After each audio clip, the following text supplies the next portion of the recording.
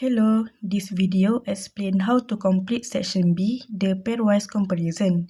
We are measuring which challenges most impact the resilience and retention of women seafarers in the maritime industry.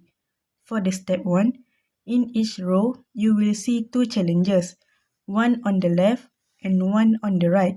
Your task is to compare them directly each other using 9 skills. They have 9 skills, which is skill 1 is equally important and skill 9 is extremely important.